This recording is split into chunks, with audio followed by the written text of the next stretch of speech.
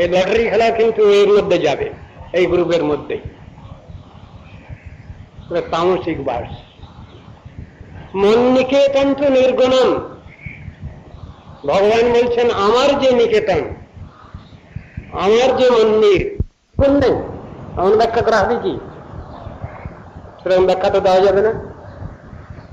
ভাগবত দশম স্কন্ধে রয়েছে, যেখানে পরীক্ষিত মহারাজকে বুঝাচ্ছেন সুখদেব গোস্বামী, পরীক্ষিতের এক প্রশ্নের উত্তরে বলছেন, সেখানে বললেন দেখো ভগবান নির্গুণ, নির্গুণ সাক্ষাৎ পুরুষ প্রকৃতির পর। ভগবান শ্রীহরি নির্গুণ। নির্গুণ মানে তার কোন গুণ নেই, তার সর্বগুণে গুণান্বিত, অপ্রাকৃত গুণে গুণান্বিত সেই ভগবান। সেই কথা বলছেন। নির্গুণ শব্দের অর্থ প্রাকৃত গুণ বর্জিত, পরন্তু অপ্রাকৃত গুণবান, অপ্রাকৃত রূপবান, অপ্রাকৃত লীলাপরায়ণ, সেই কথা ব্যাখ্যা করেছেন। হরি নির্গুণ সাক্ষাৎ পুরুষ প্রকৃতির পর। তিনি পুরুষ, পরম পুরুষ, পুরুষোত্তম, লীলা পুরুষোত্তম। পর পর পর পর বলে যাচ্ছেন।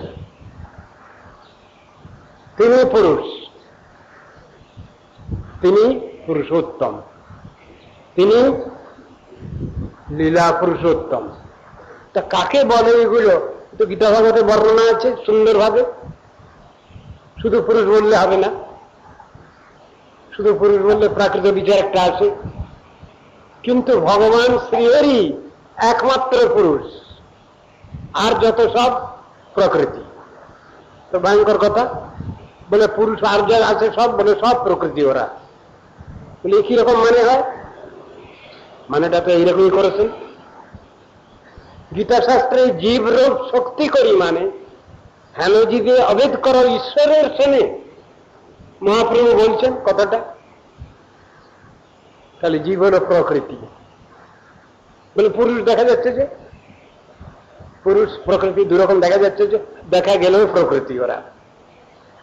এই জড় জগতে বদ্ধাবস্থায় পুরুষ প্রকৃতির বিচার একটা এসেছে, কিন্তু অপ্রাকৃত বিচারে ভগবান শ্রীকৃষ্ণই একমাত্র পুরুষ, পরম পুরুষ, আর সব প্রকৃতি। জীবাত্মা মানে সব প্রকৃতি। তো এই কথাগুলো বুঝানো আছে, কারো মাথায় ঢুকবে না, কিন্তু তত্ত্ব দর্শনে বুঝানো আছে এগুলো। একলা ঈশ্বর কৃষ্ণ আর সব ভৃত্য, যারে যে ইচ্ছে না চায় সে তো ইচ্ছে করে নৃত্য। এ কথা যেমন আছে, তেমনি একমাত্র পুরুষ হলেন ভগবান, আর সব প্রকৃতি। এই বিচারে দেখানো আছে শাস্ত্রে বিভিন্ন জায়গায়। চৈতন্য চরিতামৃতের ভিতরে খুব ভালো করে বোঝানো আছে জিনিসগুলো। তা সেখানে কি বলছেন? আমরা সাত্ত্বিক বাস করছি বনে থেকে, গ্রামে থাকলে রাজস্ব বাস হচ্ছে, সংসারের কলকোলাহল। আর তামসং দ্রুত সদনম, খুব যেখানে কলির স্থান। কলির স্থান বর্ণনা করতে যাওয়া খুব খারাপ কথা, গালাগালি। আমরা তো গালাগালি দেই না কাকু, শাস্ত্রে যে কথাগুলো থাকে সেগুলো আলোচনা করি। সেখানে গালাগালি তো আমার নয় বা আমাদের নয়, কোন সাধুর গালাগালি না, শাস্ত্রে ওটা বর্ণনা আছে, ভগবান বর্ণনা করেছেন, ঋষিগণ সেটা পালন করেছেন, আমাদের জন্য সেটা রেখেছেন, আমরা সেটা আলোচনা করছি। তো শাস্ত্রে আছে কলির স্থান, তা কলির স্থানটা বলছেন তামসং দ্রুত সদনম। দ্বাপর যুগ শেষ হচ্ছে যখন, এর সময় যখন শেষ হচ্ছে, আমাদের পরীক্ষিত রাজ উনি আসছেন, তারপরে জন্মেজয়, তারপরেই তো দ্বাপর যুগ শেষ হচ্ছে। তা তিনি কলি শেষ হয়ে প্রবেশ করছে, দ্বাপরের শেষ, তিনি কলিকে নিগ্রহ করছেন। কলি কি কি জিনিস চাইল? প্রথমে চারটে জিনিস তাকে দেওয়া হয়েছে। দ্রুতং পানং স্ত্রিয় সুনা, এই চারটে জিনিস দেওয়া হয়েছে তাকে। এটাও সে সন্তুষ্ট হয়নি কলি, আরো কিছু চায়। তখন তাকে কি দিলেন? অভ্যর্থিত তদাশ্রমে স্থানানি কলয়ে দদৌ দ্রুতং তানাং শ্রেয়ষ্ঠুনা যাত্রা ধর্ম চতুর্বিধ, যেখানে এই 4 রকম আছে। পুনশ্চ যাচমানায় জাত রূপমাদাত প্রভু, কি দিলেন? সোনা দানা, যাকে কেন্দ্র করে ঝগড়া বিবাদ বিসম্বাদ সবকিছু আছে। তত অমৃতং মদং কামং রজো বৈরঞ্চ পঞ্চম, সব দিয়ে দিলেন। যেগুলো চাইল না কলি তাও দিয়ে দিলেন তিনি, নাও দিয়ে দিলাম, এবার তুমি খুশি? বলে হ্যাঁ। তাহলে কলির স্থানে তো বাস করতে নাই, শাস্ত্র বলছেন তামার সঙ্গে দ্রুত সদনম মন নিকেতন তো নির্গুণম, কিন্তু আমার নিকেতন, আমার ঘর বাড়ি যেটা, সেটা কিন্তু নির্গুণ বস্তু, প্রাকৃত কোনো গুণেতে বদ্ধ নয় সে স্থান। এখানেও একটা কিছু বৈশিষ্ট্য দেখিয়েছেন। যেমন ওখানে গৃহেতে, যেদিনও গৃহে ভজন দেখি গৃহেতে গুণক ভাই, ওটা যেমন সত্য কথা, আর তেমনি এটাও সেই রকমই সত্য কথা। অর্থাৎ সাধন ভজন যেখানে বাস্তব রূপে নিষ্ঠার সহিত অনুষ্ঠিত হচ্ছে, সেখানে সবটাই ঠিক আছে। এইটাই হলো বিচারের কথা। যথায় বৈষ্ণবগণ, সেই স্থান বৃন্দাবন, সেই স্থানে আনন্দ অশেষ। মানে কি বলা হবে? বৈষ্ণবগণ যেখানে অবস্থান করছেন সেই স্থানই হল বৃন্দাবন। যদ্যপি বৃন্দাবন বলে স্থান তার অধিষ্ঠান আছে, তথাপি সেই বৃন্দাবন আবির্ভূত হচ্ছেন যেখানে বৈষ্ণব অবস্থান করছেন, যেখানে তার প্রিয় পরমপস্য ভগবানের নাম গুণ লীলা কথা আলোচিত হচ্ছে, অনুষ্ঠিত হচ্ছে, সেই স্থান বৃন্দাবন। একথা বলছেন। তীর্থযাত্রা পরিশ্রম, সকলই মনের ভ্রম, সর্বসিদ্ধি গোবিন্দ চরণ। তাহলে মানুষ তীর্থে যাবে না এই কথা শুনে? হ্যাঁ, যাও তুমি, কিন্তু তীর্থযাত্রা করতে গেলে তোমার নিজের বাহাদুরিতে হবে না। তাহলে সাধু সঙ্গে তীর্থ, তীর্থ দর্শন সাধু সঙ্গে, তা যদি না হয় তোমার তীর্থযাত্রা বিফল হবে, সফল হবে না। কথা বলছেন শাস্ত্র। বলছেন কি? আগে তীর্থ কি সেটা শোনো কান দিয়ে। তীর্থ কাকে বলে, তীর্থের মহিমা আগে অবগত হও, তারপরে তীর্থযাত্রা করো, এই কথা বলছেন। রঘুগণ রাজা যখন যাচ্ছিলেন তীর্থ করতে, ভাগবতে আছে, রঘুগণ রাজা যখন তীর্থ করতে যাচ্ছেন তখন জড়ভরতের সঙ্গে তার হয়েছে, কথাবার্তা হয়েছে। জড়ভরত পালকি ফেলে দিয়ে দাঁড়িয়ে গেলেন। বাবা, কাকে পালকি বইতে লাগিয়েছে রে? তখন তিনি বলছেন, আপনি বললেন কোন মূর্খকে পালকি বইতে লাগিয়েছ? বলুন কাকে মূর্খ বলে, আর পণ্ডিতই বা কাকে বলে? প্রশ্ন করে ফেলেছেন জড়ভরত রঘুগণ রাজাকে। পালকি থেকে নেমে এলেন রাজা। আপনি বলুন, আপনি যে বললেন মূর্খ, কাকে বলে মূর্খ বলুন, আর তার উল্টো শব্দ বলুন পণ্ডিত বা কাকে বলে। প্রশ্ন করে ফেলেছেন। রাজা বললেন, আমি জানি না, আপনি দয়া করে বলুন প্রভু। কোন মূর্খ? দেহাদ্যহং বুদ্ধি, এই জড় দেহে যার আমি আমার বুদ্ধি, এই জড় দেহে যার আত্মবুদ্ধি, সেই হলো 1 নম্বরের মূর্খ, স্টুপিড নাম্বার 1। পণ্ডিতকে ক পণ্ডিত বন্ধমোক্ষবিদ, কিসে আমাদের বন্ধন দশা হয়েছে, কিসে আমাদের পুনরায় মুক্তি দশা লাভ হবে, এটা যার জানা হয়েছে তিনি হলেন পণ্ডিত। তো কথাগুলি নিয়ে তো আলোচনা আছে শাস্ত্রে বিভিন্ন জায়গায়, সবগুলো আমাদের বুঝতে হবে। জানার শেষ নেই, শিক্ষারও শেষ নাই, আর বোঝারও শেষ নাই। একজন সাধু যিনি অনেক কিছু জেনেছেন, অনেক কিছু বুঝেছেন, তাকেও যদি জিজ্ঞাসা করা যায় আপনি এটা কি বলুন, উনি বলবেন আমি ঠিক জানি না। সে কি আপনি জানেন না? এত লোককে বলছেন, এত লোককে শোনাচ্ছেন, আমি যতটুকু শুনেছি আমার গুরুবর্গের কাছ থেকে, উপরওয়ালার কাছ থেকে, শাস্ত্রে যেটুকু বর্ণনা করেছেন তাই আমি বলছি, আমার নিজস্ব কোনো বক্তব্য নেই। বাহ, এত কথা যে বলছেন আপনি, বলে কিচ্ছু আমার নিজের কথা না, এগুলো সব শাস্ত্রের কথা, এগুলো সব আমার গুরুবর্গ বলেছেন, আচার্যবর্গ বলেছেন, আমার উপরওয়ালারা বলেছেন, আমি কিছু জানি না, আমার নিজস্ব কোনো কথা নাই। আপনারা যদি মনে করেন যেগুলো আমার নিজস্ব কথা তাহলে ভুল করবেন, এগুলো সব উপরওয়ালার কথা, মূল মালিকের কথা, ভগবানের কথা, ভগবৎগণের কথা। ঠিক ওই রকম ধরনের কথাগুলো শাস্ত্রতে ঠিক এইভাবে ব্যাখ্যা দেওয়া আছে। সুতরাং কোন জায়গায় ক্লাস করছে না, পরস্পরের সঙ্গে বিরোধ হচ্ছে না। কেন না, তত্ত্ব সিদ্ধান্ত তো একই।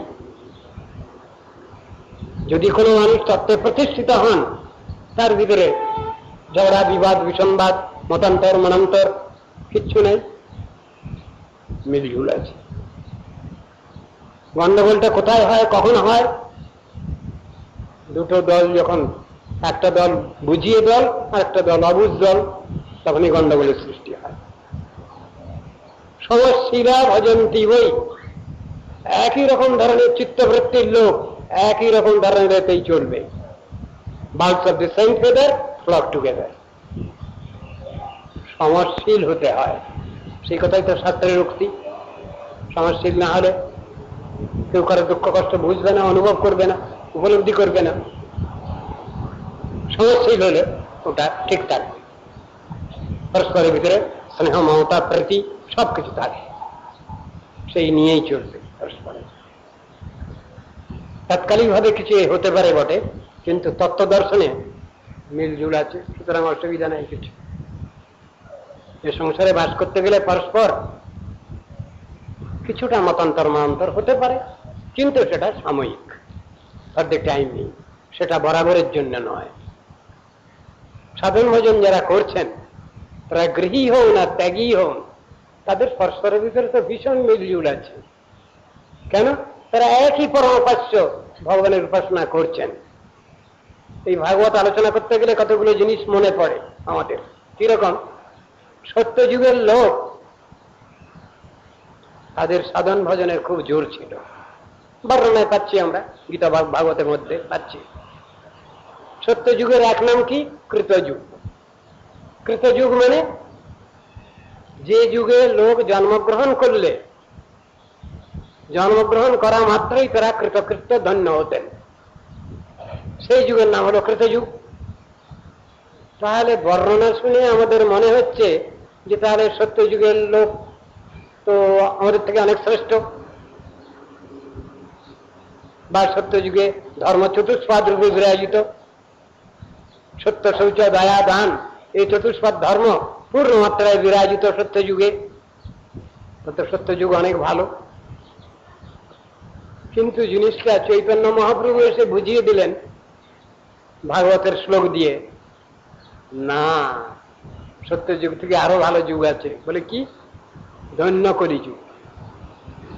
ধন্য কলি যুগ বলে হ্যাঁ, যে যুগেতে ভগবান শ্রীকৃষ্ণ স্বয়ং আবির্ভূত হয়েছেন, এবং সেই দাপরের শেষে কলিযুগে স্বয়ং চৈতন্য মহাপ্রভু যে যুগে আবির্ভূত হচ্ছেন, এর নাম হলো ধন্যকলি।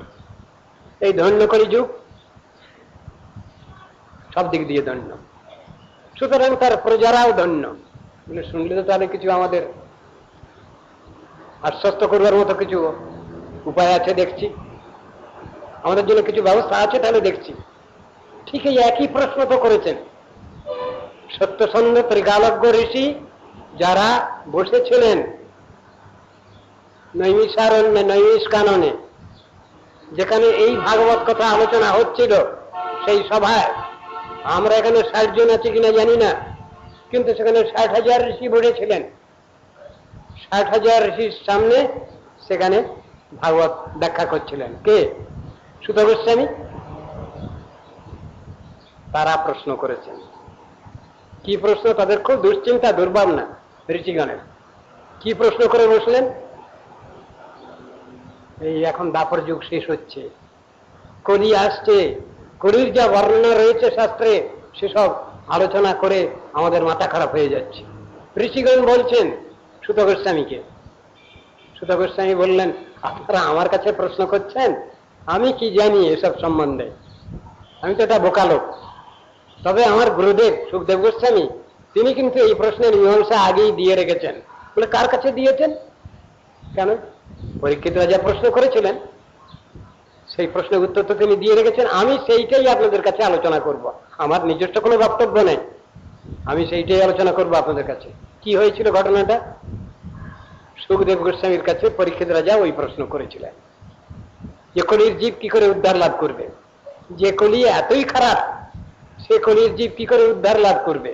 প্রশ্ন এসেছিল, কলের দোষণীদের আয়োজন অস্তিহ্যে কো মহান গুণ কীর্তনাদেব কৃষ্ণস্য মুক্ত সঙ্গ পরম ব্রজে। সুন্দর উত্তর দিলেন পরীক্ষিত রাজকে। সুখদেব গোস্বামী উত্তর দিয়েছেন সেখানে, হ্যাঁ কলি অশেষ দোষের আকর, একথা ঠিক, শাস্ত্রের সব জায়গায় বর্ণনা আছে কলি অশেষ দোষের আকর, কিন্তু কলির একটা মহৎ গুণ আছে। কি? কীর্তনাদেব কৃষ্ণস্য মুক্ত সঙ্গ পরম ব্রজে।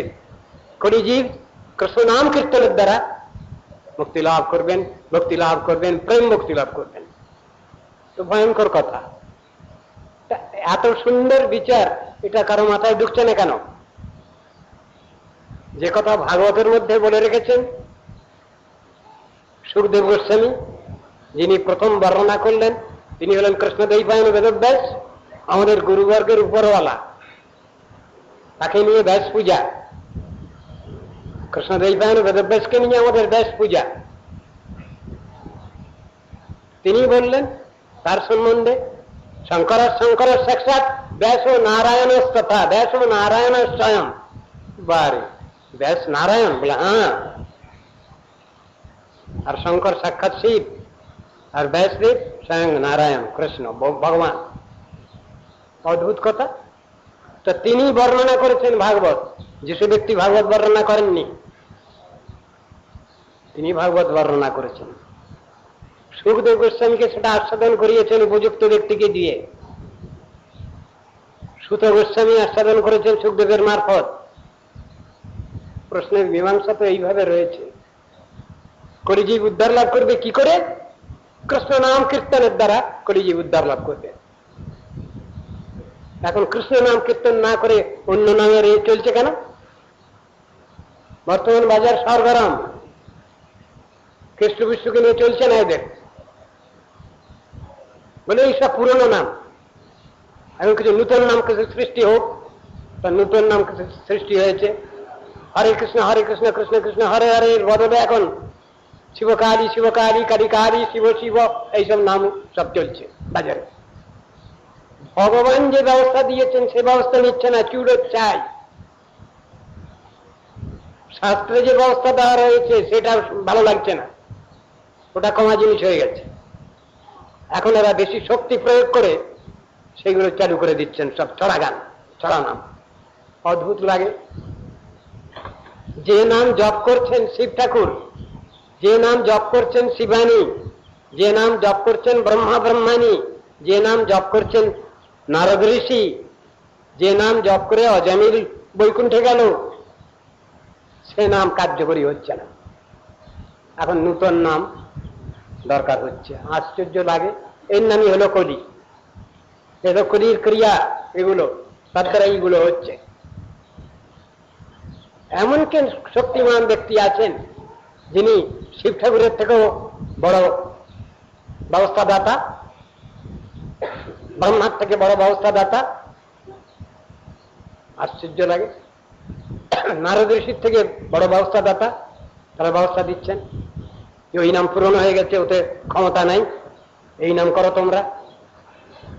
আশ্চর্য লাগে। সব কলির প্রভাব। ঠিক ঠিক কথা চলবে না বাজারে। মেকি জিনিসেরই আদর বেশি হবে, সত্য নাম চলবে না। উপনিষদের মন্ত্র হচ্ছে এই তারা ব্রহ্মা নাম, মহামন্ত্র হরে কৃষ্ণ উপনিষদের নাম। কিন্তু সেই উপনিষদের নাম বাজারে অচল।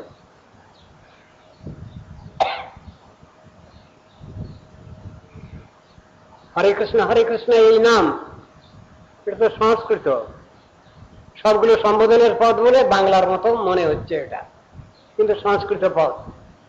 হে হরে, হে কৃষ্ণ, হে গোবিন্দ, এইভাবে তো সম্বোধনের পদ এগুলো, হরে কৃষ্ণ হরে কৃষ্ণ। আর এর যেসব ব্যাখ্যা দেওয়া হয়েছে সেগুলো অনেকের জানা নেই, শাস্ত্রে সুন্দর ব্যাখ্যাও দেওয়া আছে। কি ব্যাখ্যা? সাধারণ মানুষের ধারণা হরি শব্দের সম্বোধনে হরে হয়েছে,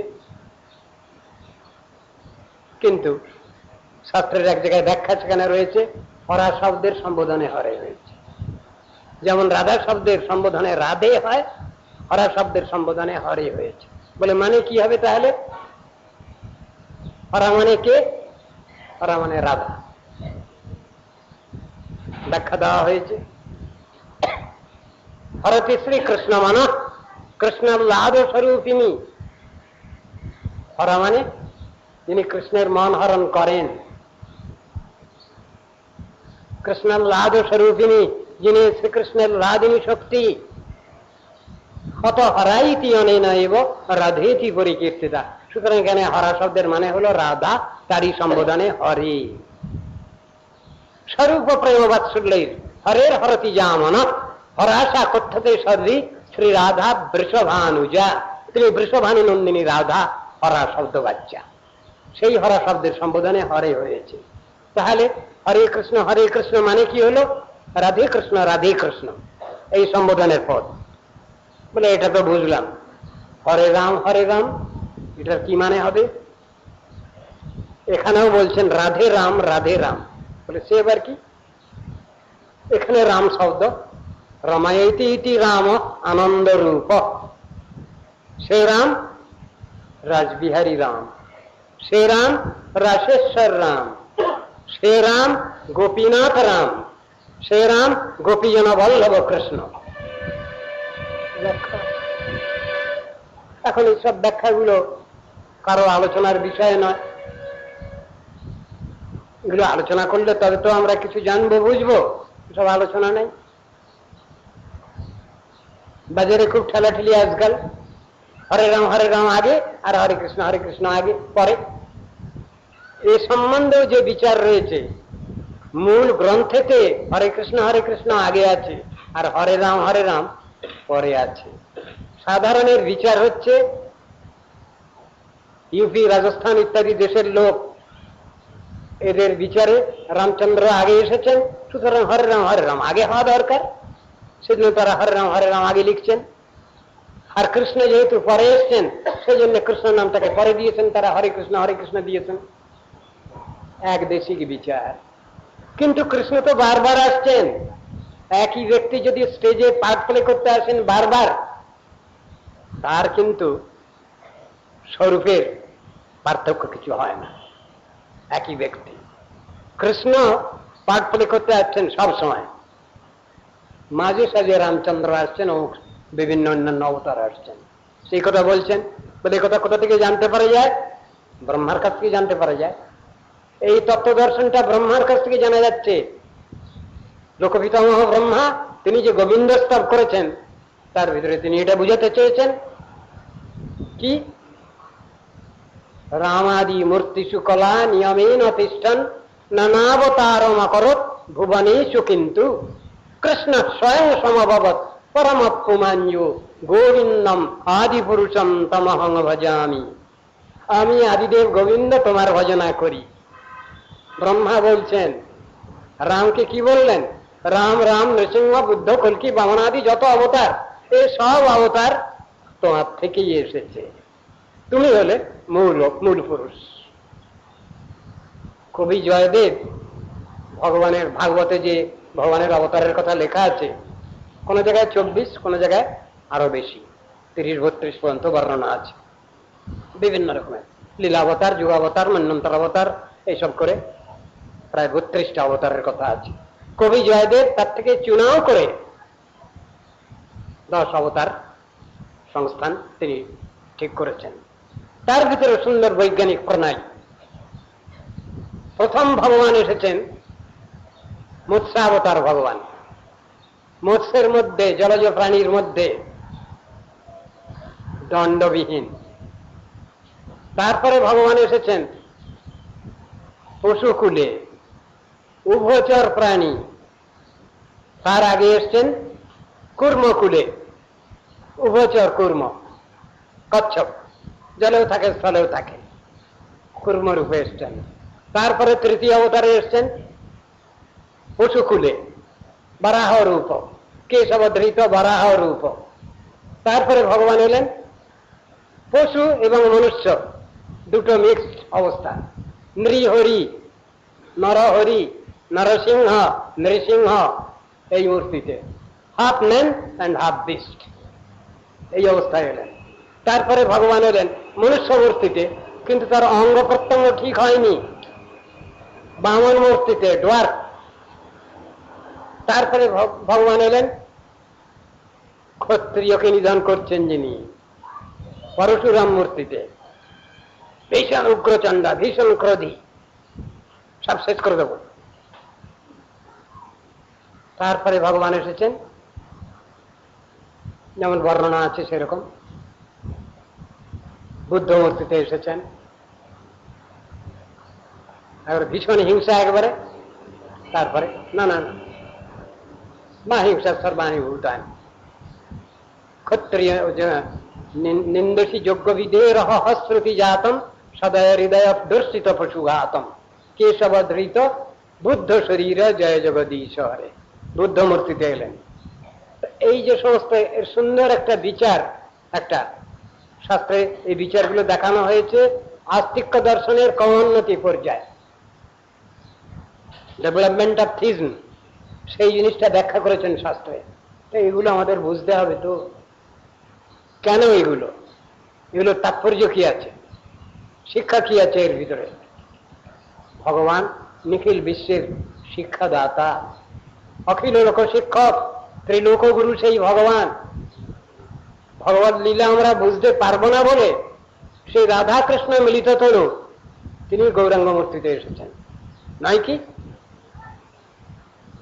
কৃষ্ণ দেব কলিযুগ ভবং লোকমালক্য সর্বং পাপাসক্তান কৃপা সিন্ধুষ চৈতন্য মূর্তি।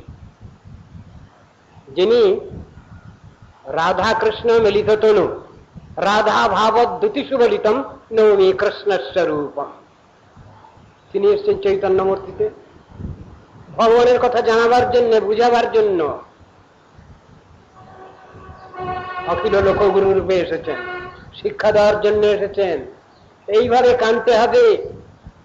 ভগবত ভজন করবে, ভগবানকে ভালোবাসবে, তাহলে এইরকম কানতে হয়। দেখো কান্না, সে কান্নার শেষ নাই। পাইনু বৃন্দাবন নাথ পুনঃ হারাইনু, কেমোর মিলে কৃষ্ণ কোথা গেলে পামু। অদ্ভুত কান্না, সে কান্নার শেষ নাই। আকুলতা, ব্যাকুলতা দেখাচ্ছেন। ভগবানকে পেতে চাও, এমন আকুলতা ব্যাকুলতা তোমার দরকার, তাহলে ভগবানকে পাওয়া যাবে। শিক্ষা, গার্জিয়ান যদি নিজে শিক্ষা না দেন তবে তো সন্তান শিক্ষা পায় না। তাই পরম করুণাময় তিনি এসেছেন জগৎকে শিক্ষা দেওয়ার জন্য, সাধন ভজন শিক্ষা দেওয়ার জন্য। দেখতাম দেখতাম দেখিতে দেখিতে বাহারে মৃদঙ্গ, মৃদঙ্গের বোল দেখতাম দেখতাম। বলে কাকে ঠিক দিচ্ছে? যারা এখানে যে গৌরাঙ্গ মূর্তি